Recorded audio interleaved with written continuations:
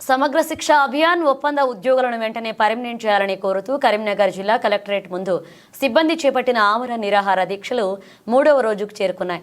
Congress party అధికారంలోకి రాగానే రాష్ట్రంలోని కాంట్రాక్ట్ ఉద్యోగులను రెగ్యులరైజ్ చేస్తామని చెప్పి ఇప్పుడు సీఎం రేవంత్ రెడ్డి మాట మార్చారన్నారు.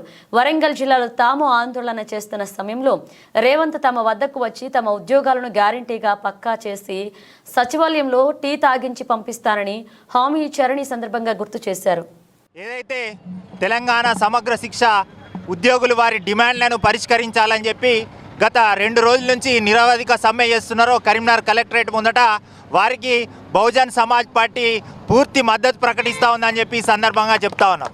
ఏదైతే గత సంవత్సర కాలం క్రితం తన ఎన్నికల ప్రచారంలో అప్పుడున్నటువంటి రేవంత్ రెడ్డి గారు, ప్రస్తుత ముఖ్యమంత్రి హోదాలో ఉన్నటువంటి సీఎం రేవంత్ రెడ్డి గారు వీరు అప్పుడు శాంతియుతంగా సమ్మె కార్యక్రమం చేస్తున్నప్పుడు ఆ శిబిరానికి వచ్చి మేము వీరిని ఒక చిన్న ఛాయ కప్పు తాగే అంత సమయంలోనే రెగ్యులరైజ్ చేస్తాం, మా ప్రభుత్వం ఏర్పడితే మేము వారిని రేపు ఉద్యోగాలకు భద్రత కల్పిస్తాం, మీరు ఇచ్చినటువంటి హామీలన్నింటినీ కూడా జీవోలు తీస్తామని చెప్పినటువంటి వ్యక్తి ఈరోజు అధికారం వచ్చినాక తర్వాత సంవత్సరం అయిపోయినప్పటికీ కూడా పాపం వీరిని చూసినటువంటి పరిస్థితి లేదు.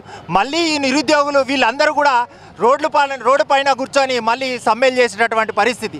ఎన్నో సంవత్సరాల కాలాల దాదాపు 18 సంవత్సరాల నుంచి వెట్టి చాకిరీ చేస్తూ కనీస వేతనం లేకుండా చేస్తున్నటువంటి వీరికి తక్షణమే వారు ఏవైతే చెప్తున్నారో ఆ డిమాండ్లను పరిష్కరించాలని చెప్పి మేము బహుజన్ సమాజ్ పార్టీన వీరు మద్దతు తెలుపుతూ మేము డిమాండ్ చేస్తాం.